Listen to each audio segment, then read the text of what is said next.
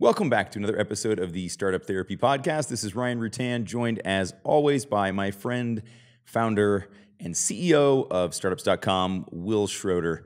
Wil, one of the things that happens to us as founders that doesn't happen to us nearly as much, or people don't feel as empowered to dig in quite the same way they do with founders, is that people start looking in our pockets. They start digging in and they want to know how much we got, how much money you got, how much equity you got, right? And it's uncomfortable, right? And we're not just talking about later stage founders, right? This can happen right from the very beginning with the first equity splits or the first salary payouts. So, like, why the hell is everybody trying to count our money? It's because we allow them. And when I say allow them, I think, we actually enable this behavior by not recognizing that this is going to be a problem from the start. That, look, we've got more compensation, or we've got more equity, or we've got just more of something than everybody else in the organization has. And if we don't address it head on, if we don't make that part of how we constantly think about our staff, it doesn't end well for us. It ends really poorly. And yet every single time, every single founder gets caught off guard going, wait a minute, like, what happened here? I thought we were all on the same page, and we're not.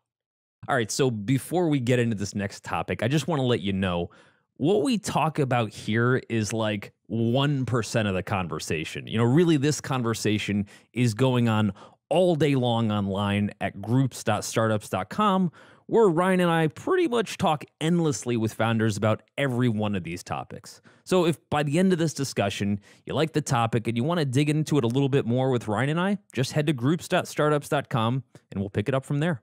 Yeah, and it's funny because it doesn't even really seem to matter like how big that gap is. Right. The fact that the gap exists at all, it's like the crack in the door, right? The door's cracked. Kind of doesn't matter how much. People are trying to peek through and see what's on the other side. Now, in some cases, some companies go like open book, open cap table. Everybody knows what everybody's got. That doesn't really solve this problem. Sometimes it can exacerbate it. In other cases, you get a different problem, which is that nobody knows what anybody else has, and everybody becomes really curious, and the detective work begins, and everybody's like snooping around trying to find out, how much do you have? How much do you have? How much do you have? And I've literally, had discussions with founders where they had like walked in on conversations where their team was piecing together what they had to try to figure out what that meant the owners of the company. And it's just like, guys, come on. But this is a very real behavior, right? People want to know what you have. They want you to somehow justify the difference. Of course, they're not asking any other questions like, hey, how much more have you got at risk here than I do? And we've done an entire episode on that. Yeah, right? No one's asking those questions. Nobody cares. And so here's the thing. This is a problem as founders. We're going to start to deal with at a small scale, and then it's going to continue to get bigger and bigger over time. And initially, it's going to look something like this. It's going to look like, wait, hold on. I've got this stake, but you've got this stake, but she has this stake. What the hell? And like, as much as we might want to think that everybody's cool with it, they're not. They're not cool with it. They think about it every single day. And as time goes on, as those stakes go up, they think about it a whole lot more. Now you've got new people coming on. Now they're thinking, how much do I have versus how much does that person have?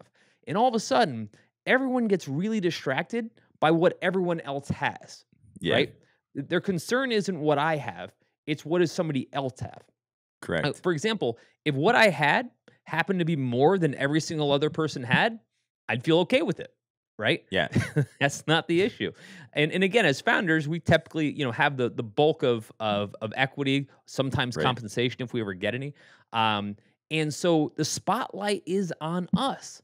And I don't think a lot of founders either recognize it, or if they do, really know what to do with it, or how to handle it, how to manage. I'd say it's 50-50, right? And the very few do we talk to who I think are doing this very well, unfortunately. And it's tough, right? Like, I definitely did not have this figured out, probably through my first three, where it just was this issue that I just assumed always had to be present in the startup, right? Well, it is always going to be present, but I also didn't think, hey, maybe I should have a plan for this. Maybe I should have a way of dealing with this.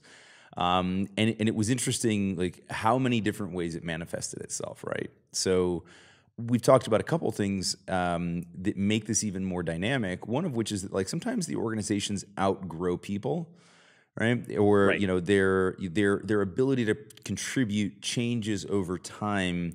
You know, you may have been that great, like, 0 to 10,000 customer growth person, but now that we're past 100,000, your strategies no longer work. We got to bring somebody else in. Right. And now that person who's going to carry the ball for the next 100 yards has less equity than that person who's no longer as effective, right? Right.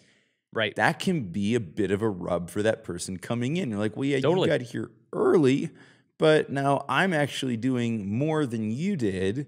The other person's going, well, yeah, but I laid the foundation. And, like, it just turns into a circular argument that goes nowhere, right? The other thing that's kind of funny about this is, like, well, how often have you seen compensation, equity, anything change based on these types of discussions?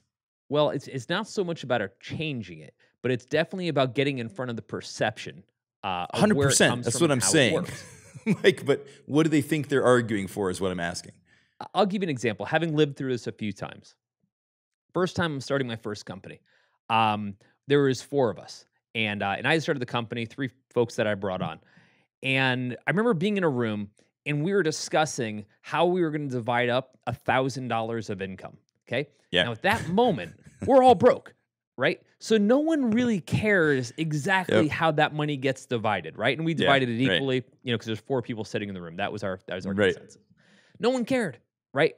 And as long as we were all in the same situation, and again, this is demonstrative of being early in the cap table, you know, when you're Right. first giving people their shares, everyone's broke, everyone's struggling, nobody has more than anybody else, so there's not a lot yet to be concerned about. Correct. Well, that changes pretty quickly. Yeah, Fast real forward fast. a few years, right? A few years in, the company starts to do well. We start to make some money. My personal compensation starts to go orders of magnitude higher than other folks that were there in the early days. Now, mind you, they were employees, not co-founders, but you know that's here nor there. It doesn't matter. We're the same age. We came up through the same ranks. Yep. And all of a sudden, Will showing up at work in a Lamborghini, right? Right. And it's like, what the hell? How did that happen, right? Did And there's I no not point- check that box on the most recent comp package thing? Like, do I get to choose By the way, if color? you don't want to make Like, that problem worse, don't show up at a Lamborghini. I was an idiot. Yeah. And so, but here's what happens. They're going to lunch now, and they're saying, fuck him, right? Right. They're not like, this has nothing to do with them wanting the car I'm driving. It's the fact that they can't have it that pisses them off, right? Right. And if I take this stance, as the founder, and I say, you know what, I earned it, it's mine, I don't care what you think, go F yourself, right? Yeah. I lose. There's no version where I can strong arm the whole organization with my personal justification and pretend that that's the end of it. This isn't a parent trying to, like, you know, strong arm their kid. Yeah. It doesn't work that way. I've got to make the situation real. I've got to address it with them. And more so than anything, I've got to have enough self-awareness to understand that this is my problem. It's not everybody else's problem. It's their issue, but it's my problem. Yeah. Yeah, because it's going to impact you more than it impacts them. I mean, it impacts them, you know, mentally, emotionally. But the minute it starts to impact their performance, it starts to impact, you know, company culture, right? And we've talked about this before. These little things can spiral out of control really quick. And the chances that somebody's pissed off about the fact that you're making more money than they are and they feel that it's unjustified, the likelihood that they keep that to themselves is about 0, right? We talked about this, right? That is the next lunch discussion. All right. Luckily, they won't talk about it while they're in the car with you because, well, we've all seen the backseat of a Lamborghini. They can't ride in the car with you. Right. Let's all go to lunch, guys. I'll see you there. Yeah, right. But here's the thing. I think we have to recognize, again, as those that are likely going to have an asymmetrical, disproportionate amount of compensation, that these issues exist. I also think we need to recognize that we can't play the everyone just deal with it card. We can. Yeah, for sure. Right? And we can make ourselves feel justified with that card. But if we then want to go and pretend that somehow solves it for everyone else, it doesn't. And then we take a step further and people say, well, that's their problem. It's not my problem. Like I said a moment ago, it's their issue. It's our problem. If that asymmetry creates a rift in the morale and in kind of how people are focused on the business, where they're distracted, et cetera. That is our problem. And I think Yep. we need to think about that from the jump, because it's only going to get worse over time. Yeah, for sure. Yeah, this is not a problem that sort of deals with itself, right? It will continue because the likelihood is that gap will continue to increase, right? The compensation gap will increase. The equity gap may not increase in percentage, but certainly as the company becomes more and more valuable, that dollar gap, the value of that equity increases. And so therefore does the frustration and the angst and the vitriol that will get sprayed your way at the lunch table when you're not there. So absolutely, it has to be dealt with. And like you said, this can't be like the ham-fisted, you know, do as I say, not as I do, right? Earn as I say, not as I do. It doesn't work, right? It's not going to assuage anybody's sentiments about this. But Here's the other side of it. Yeah. The other side of it is we want to believe, right? You know, Ryan, you and I have worked in this business for a very long time. So we want to believe that new folks that have just joined will appreciate the fact that you and I have spent nearly 10 years building this thing, right? They would like don't that. care, right? Nope. No one was there, first off, right? Yep. I didn't see it. And no one saw what any of the risks or contributions or sacrifices were. And more importantly, they don't care. There's no version where they're saying to themselves, oh, well, Ryan's in Antigua kind of living it up. But, you know, he did work 10 years to kind of get there, so I guess he deserves it. No one is saying that, right? And if they are, they're in the far minority. And guess what they're not doing? They're not creating lunch discussions around that topic. Hey, guys, I really want to talk to you about how much Ryan deserves the latitude he has in Antigua.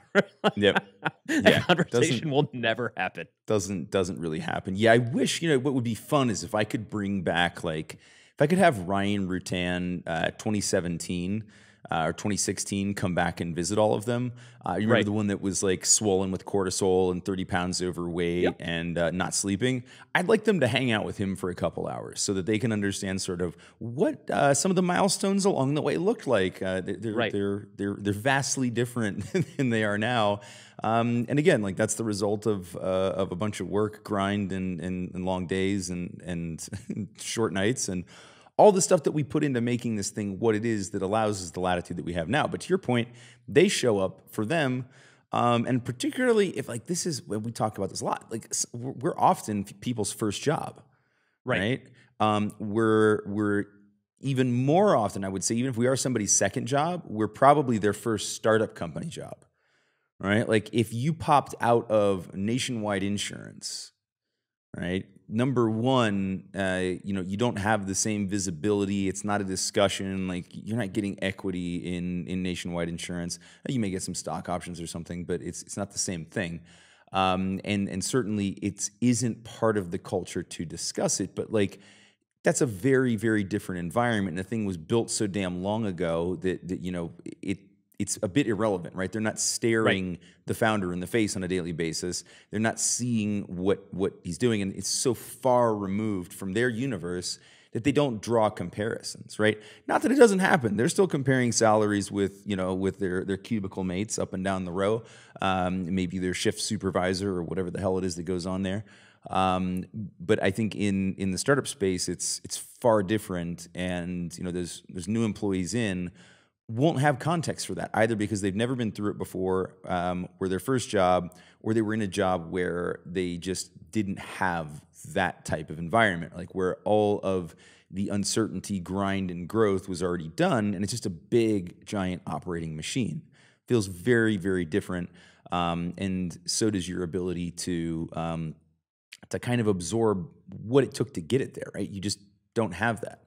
The other thing, and I think this is an important point, and we've talked about this in another episode, around how to create career path for people, right? Because that is also tied into this discussion. It's tangential. It's tangential, but when you see like, my supervisor works more than I do, or gets paid more than I do, so I can aim to become a supervisor. Then I can become her manager. Then I can become her director, then I can become his VP or whatever it ends up being, right? So there's this pathway towards changing that comp that is not always clear in a startup company for a lot of reasons, right? The startup changes, your ability to move up with the startup may change. Now, you may absolutely lead growth like fire and go from 0 to C-suite.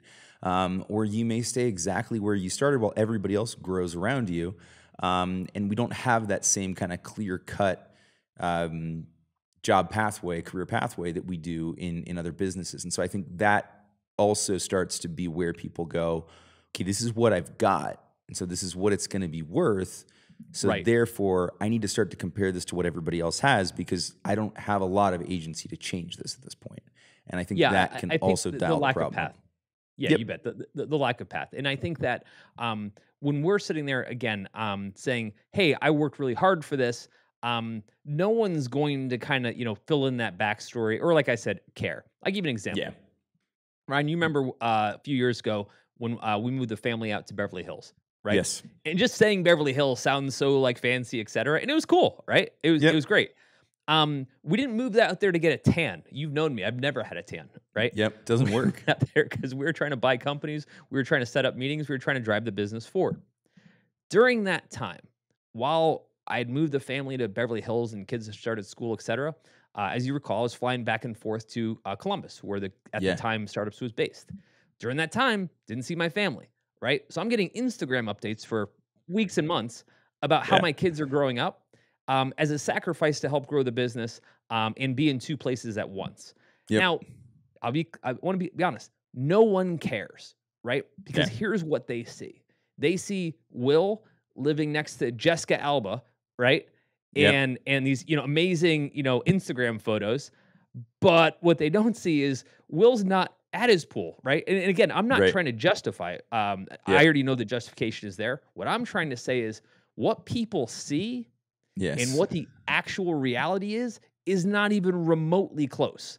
And no matter how much I try to explain that, if I try to sit down with the staff, the folks that were like, yeah, fuck this guy, and I try to sit down with them and explain that, they won't understand. Nope. So I have to be mindful that no one cares what my sacrifices are. However, here's what they do care about. If they then learn that my sacrifices or the things that I'm doing are about to make their career go better, that they'll understand. Right? If I say, hey, I just found this new company we bought called Zirtual, that they'll understand. And I have to be really, really focused on making sure that if I'm going to do anything that's perceived as getting like a bigger benefit than everyone else, it has to be counterbalanced with people understanding how that might benefit them. And by the way, not everything is. Ryan, if you're on a kick-ass vacation, that's just Ryan on a kick-ass vacation, right? The fact that they may or may not be able to do that, there's only so much you can do about it. But I think if you overlook it all together, you're missing. Yeah, because a lot of this still does come down to like kind of personal life choices too, right? Like you can have a huge salary and still be poor, and you can have a low salary and still live quite well. That kind of comes down to personal decisions. Now, it's not what we're talking about today, and I'm not trying to justify that and say, look, it doesn't matter how much we pay people, some people will still be unhappy. That is true, but that's not what we're talking about. And Wil, I want to leave this point behind.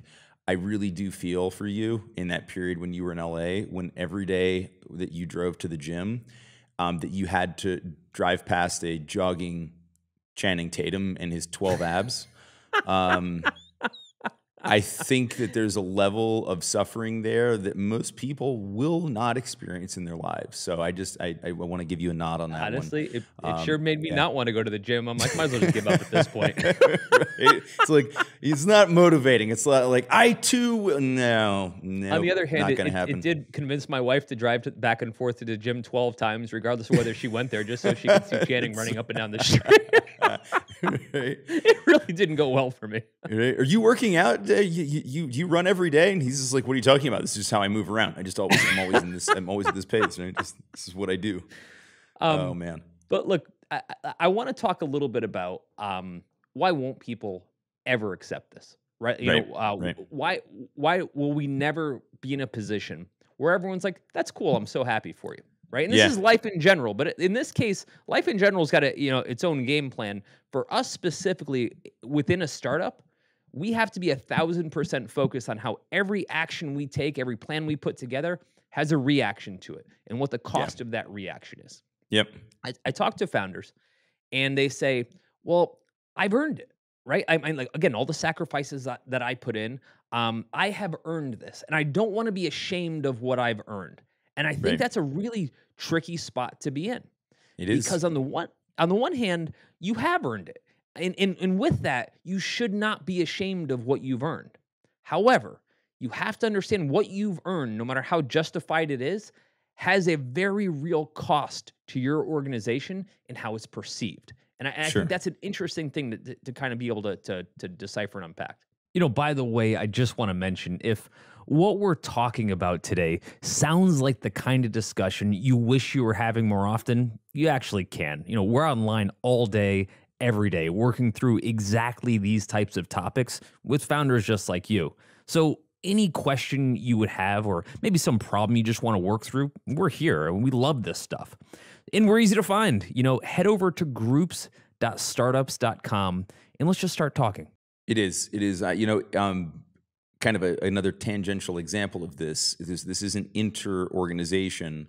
This is intra. And so last year was a tough year for a lot of businesses. Sure. Right. And not that it wasn't a tough year for us, but we did well enough. And by comparison to a lot of the other founders that I was talking to, who were literally making sweeping changes, cutting 3/4 of their staff, not taking salaries, like just all sorts of things that had to go on in order to keep the thing moving.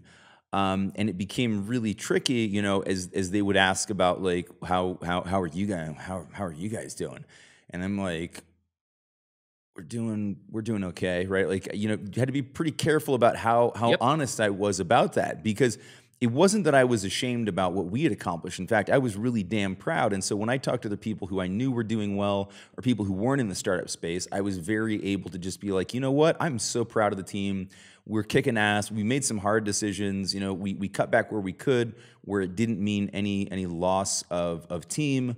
And yeah, that hindered growth or did these other things. It made other things harder. But, we kept the team intact. We kept everybody whole. That felt awesome, right? And I was super proud of that. I wasn't ashamed of that for a minute. But on the other hand, I recognized that if I sort of tied a balloon around what we accomplished and did a little war dance around it in front of these other founders, that was going to make them feel ashamed about where they were at. Well, why wasn't I able to pull that off? Why couldn't I do that, right? Which would only make them feel bad about themselves and potentially resent me, right? And I didn't want either of those outcomes. Now, in this case, because they were, arm's length third party, I could sort of choose what I shared with them. When it's inside the company, you don't have that choice. Right. And you don't have that choice to be able to do that. And so, whereas somebody on the outside may have been able to accept it, maybe they wouldn't have, but I got to decide whether or not I share that with them. But when we get inside the company, we don't have that choice, and therefore we do have to be even more careful about how we do this, because as you said, they're just not going to accept it, right? It's not like we're going to be able to change their minds about it. They're still going to have feels about it in certain ways. But how we couch these things, how we present them, can change the perception significantly. Right? You brought up a great point earlier about like if this is a move that was done with at least some intention of benefiting the business. Maybe it wasn't the entire reason. Maybe it was. Kind of doesn't matter as long as there's some aspect of that says, I'm doing this because I believe that this will benefit the business. That's received very differently than I'm doing this simply because I want to. Which puts us in a spot where we have to be really mindful of how we present ourselves. Because again, as this thing gets bigger, as the asymmetry gets bigger, it's all eyes on us, right? Yeah. Like everyone's going to be focused on what are we doing, right? No one cares about what happened to the COO at WeWork, right? No one even knows who he is or she is, Did they right? have No one one? knows, right? But everyone knows exactly how much Adam Newman got in his compensation for a failed WeWork. Right? Yes. No one knows who was number 2 at Theranos, but everyone knows exactly who Elizabeth Holmes is, right? Yep. Faux sure. When good or bad, right? The focus becomes one person, especially when things are going bad, right? Yeah, that's the thing. Things are going bad, and you're off on some expensive vacation, right? No one's thinking, oh, wow, they earned it, right? They're thinking like, dude, what the hell, right? Things are collapsing, and you're out on a vacation somewhere out of your mind. Yep. You're on a surfboard. This happens to whoever the sitting president is at any given time when they happen to be like on their trip and something horrible happens in the world, which happens just all the time. And like, how could if they would just stop going to Camp David, bad things would stop happening. I'm almost convinced of it. There's something that happens at Camp David that causes unrest in the rest of the world. I don't know what it is, but we need to stop going there. I see kind of two camps here.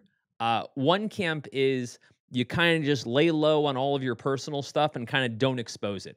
I've seen founders who, drive to work in their Honda and drive around on the weekends in Ferraris, right? They just like, hey, I don't want to extend that image. And I think pre-social media, that was a bit easier to do. I think it's, getting a little bit harder when our lives are so exposed right now. But I will say this. It's not like people don't know you have a Ferrari at home, right? It's not like they don't know you have a big house. It takes 1 second in the era of Slack for all of this information to get around. So I'm just not going to tell anybody move kind of doesn't work, right? It used to. Yeah. It used to. Yeah. It's kind of a bum move, right? Right. The other side of it is just get in front of it. Just say like here's what it is. Here's why I have it. Here's how I earned it. Also not going to solve a lot of problems, but at least you have the opportunity to get in front of it, right? And I think Ryan, you and I have had some pretty awesome lives personally, especially in the last few years as things gotten better. Incidentally, it's not because the business is puking cash and we don't know where to spend it all. It's just simply because it's not losing money. Right. And we've been around long enough to collect some of it. Yeah. It's exactly. Right. And so I think, from the inside as far as our folks, if they look at it and go, my God, these guys are living so well, they must be taking that money from us. Well, we have to get in front of that. We have to be very clear about how the money gets distributed, right? If we get more of that, we have to understand that if they get less, if they ask for a raise and it feels like we're taking all the money and they're left holding the bag, we have to explain where that's true and where that's not true. I'll give you another example. Recently we started building a new house, right? And if you're on the inside of the company and you see a Facebook update or something, and you're like, oh, wow, Will's building this new house. Why didn't I get more money, right? That's on me. Not because I posted it. Because if I don't have folks inside the company understand that money, like how we paid for this, has nothing to do with how the company's doing. Like I've been working for 30 years as a startup founder. Yeah. Like it wasn't like we just had a good year and all of a sudden I could buy a house. But I have to explain that. Now, I can choose not to, once again, and I can pretend like it's not going to come up. The moment one person finds out, the whole company knows anyway. And so I've got to get in front of it, kind of have those discussions, right? It's part of how we address things. Yeah. But here's the more important part. The more important part is I have to be responsible for explaining and educating our team for how they can do the same, right? They might not have exactly the same outcome, but I need to be a force to enable them to help accelerate their path. That's where things get more interesting. You know what I mean? Sure. Yeah. And I mean, I think that really is, again, is it going to be fully accepted as an indication that, wow, we must be doing better, things are going to get better for everybody from this point forward because I'm seeing these signals from leadership, like, they're doing things that I want to be doing. I don't think that just happens by itself. So I think we need to, but I think it's a great time to have those discussions with people, right? When something good does happen in our lives, regardless of what it took to get there. And I have a very, it's not a funny example. It's an ironic example. But I think if we talk to people about how we got there, literally what it took, and then talk to them about what they want to achieve, and talk to them about what it's going to take for them to get there on an individual level, then this becomes a much easier discussion. The story is a little morose, but when I sold the first company, I wrote checks to everybody that was there. And were they massive? No, but we didn't sell for that much money. Sure. But I was writing, $15,000, $20,000 checks to people. Mind you, half of them were still in university. More than half were still in university at the time, right? So this was like more than any money they had ever touched in their entire lives, right? So everybody's payouts were more or less the same. There were some subtle differences based on, things that were in the comp structure and whatever. But let me shortcut to the end of this. At some point, one of the guys shows up. This is after we sold. This is after the wine, after everything's done. Everything was done. We were no longer working together. A couple of people went on and stayed with the acquiring company. Most of them did not. This individual did not. He was still in school. Shows up in an Audi TT, brand new. And the rest of the team was like, it started like kind of coming around. Yep. At some point, 3 of the other folks corner this guy, right, at like some bar at Ohio State. And they're like, what the hell? Like, how did you get enough of a payout to afford that? Like, did you leasing that or did you buy it? He's like, no, I bought it. Well, how did you have them? Why was your payout so much more? They're like, that's like twice as much as I got, 2.5 times as much as I got. And the guy tears up. This is all secondhand. I wasn't there when this happened. But the guy tears up, and it turns out it was his grandmother had passed away. Oh, man. And the guy had gotten some inheritance, and he had used some of that inheritance to purchase said car, right? Yep. So back to the point, you never know what people went through to get what they've got, right? So you can't just look at like, here's the stack, and so we're both doing the same things as far as I can see. Why is my stack smaller than their stack, right? You just don't know what went into that, right? In this guy's case, it was a dead grand, right? Nobody would have traded with that guy for that car, right? They didn't want that. But like, it shows you to the extent that this is really an issue, that people continued after the fact to kind of look around and keep the radar on and see who's doing what with that money that we earned, right? Some of them paid off student loans. Some of them used it to subsidize the purchase of a car along with grand's inheritance, right? So you just never know what it took to get there. And so, remind yourself that as a founder, that the more of that context that you can give people, and the more you can tie it to their trajectory in life, the better things are going to end. All right, so that was fun, but let's actually keep this conversation going. You've heard what we think about this, but Ryan and I would really like to hear what you think. And we're online like all day long, pretty much talking about every startup topic you could think of, from fundraising to customer acquisition to just really how to get all of this crazy startup stuff out of your head. And there's tons of other founders just like you. They're weighing in on these topics, so you'll get a chance to just hang out and meet some really smart founders. We're also super, super easy to find. You head over to groups.startups.com and let Ryan and I hear what's on your mind. Let's get to know each other a little bit, and let's just start having more of these conversations.